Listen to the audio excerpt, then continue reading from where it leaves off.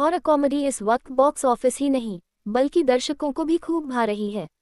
बीते दिनों मुंजिया और स्त्री 2 ने ऑडियंस ही नहीं बल्कि दर्शकों के बीच भी खूब धमाल मचाया। इसी कड़ी को आगे बढ़ाती है भूल भुलैया 3। हालांकि देखा जाए तो भूल भुलैया फ्रेंचाइजी की पहली फिल्म आज से तकरीबन 15 साल पहले ही हंसाने डराने वाली फिल्म के रूप में सुपरहिट रही थी। अब बीते कुछ साल में बढ़ी इस जॉनर की लोकप्रियता फिल्म के लिए जरूर फायदे का सौदा साबित होगी। पार्ट 3 में कहानी के तार 200 साल पहले जुड़े हुए दर्शाए गए हैं।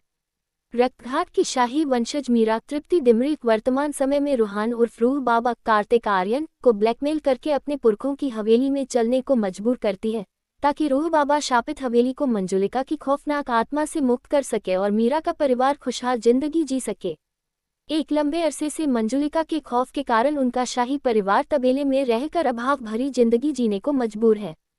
हालांकि मीरा और उसके मामाजी ये भी जानते हैं कि रूह बाबा के रूप में रूहान एक नकली घोस्टबस्टर है और फ्रॉड करके लोगों को लूटता है, मगर उसके पिता विजय राज और राज पुरोहित को विश्वास है कि शाही महल के कमरे में कैद की गई मंजुलिका की आत्मा को उसी शाही घराने का कोई व्यक्ति पुनर्जन्म लेकर आजाद कर सकता है।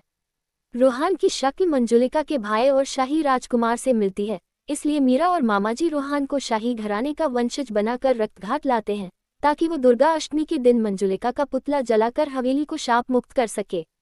मंजुलिका को 200 साल पहले महाराज ने दंडित करने के लिए जिंदा जलवा दिया था।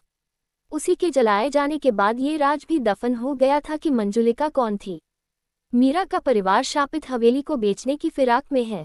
इस चक्कर में हवेली में पुरातत्व विभाग की विद्या बालन और राजसी घराने की रानी माधुरी दीक्षित का आगमन होता है।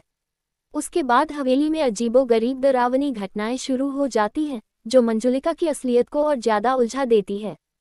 क्या हवेली मंजुलिका के शाप से मुक्त हो पाती है? असल में मंजुलिका है कौन? यही कहानी का सबसे बड़ा ट्विस्ट है। निर्देशक के रूप में अनीस बज्मी को इंडस्ट्री में 3 दशक से भी ज्यादा का समय हो गया है। जाए तो फिल्म उस मामले में स्ट्रॉन्ग है। डरावने दृश्यों में वीएफएक्स का दमदार इस्तेमाल हुआ है। सेट डिजाइनिंग भी अच्छी लगती है। संगीत पक्ष कमजोर लगता है। गाने अचानक से पॉपअप होते मालूम होते हैं। हालांकि आमी जी तोमार गाने में माधुरी और विद्या का डांस दर्शनीय बन पड़ा है। फिल्म का टाइटल ट्रैक भूल भुलैया म्यूजिक चार्ट पर पसंद किया जा रहा है। अभिनय की बात की जाए तो कार्तिक आर्यन एक बार फिर रूह बाबा के रूप में भरपूर मनोरंजन करते हैं। रोल के लिए की गई उनकी मेहनत पर्दे पर साफ झलकती है। विद्या बालन के रूप में मंजुलिका की वापसी दमदार साबित हुई है। वे अपने किरदार में छाप छोड़ जाती है। गेस्ट अपीयरेंस में माधुरी की मौजूदगी कहानी के लिए लाभदायक होती है। ग्रे शेड रोल में माधुरी अपने चाम के साथ प्रस्तुत हुई है। अभिनय के बजाय तृप्ति डिमरी का ग्लैमरस पहलू ज्यादा हाईलाइट किया गया है। पर छोटे पंडित के रूप में राजपाल यादव, पंडिताइन के रोल में अश्विनी कलसेकर और बड़े पंडित की भूमिका में संजय मिश्रा की दिक्री एक बार फिर कॉमेडी के डोज को बढ़ाती है। विजय राज भी अपने चरित्र में मजे करवाते हैं। अन्य किरदार भी ठीक ठाक हैं। रेखा खान टाइम्स समूह की नवभारत टाइम्स में फीचर्स एंड एंटरटेनमेंट एडिटर हैं। उन्हें प्रसिद्ध प्रकाशनों, पत्रिकाओं और रेडियो में काम करते हुए 2 दशक से भी ज्यादा का समय हो गया है। पत्रकारिता के क्षेत्र में अपने योगदान के लिए उन्हें Stree Shakti Puraskar, power of pen, most inspiring woman in journalism, most powerful woman in media जैसे कई पुरस्कारों से नवाजा गया है। जर्नलिज्म के अलावा रेखा को लिखना और पढ़ना भी बहुत पसंद है।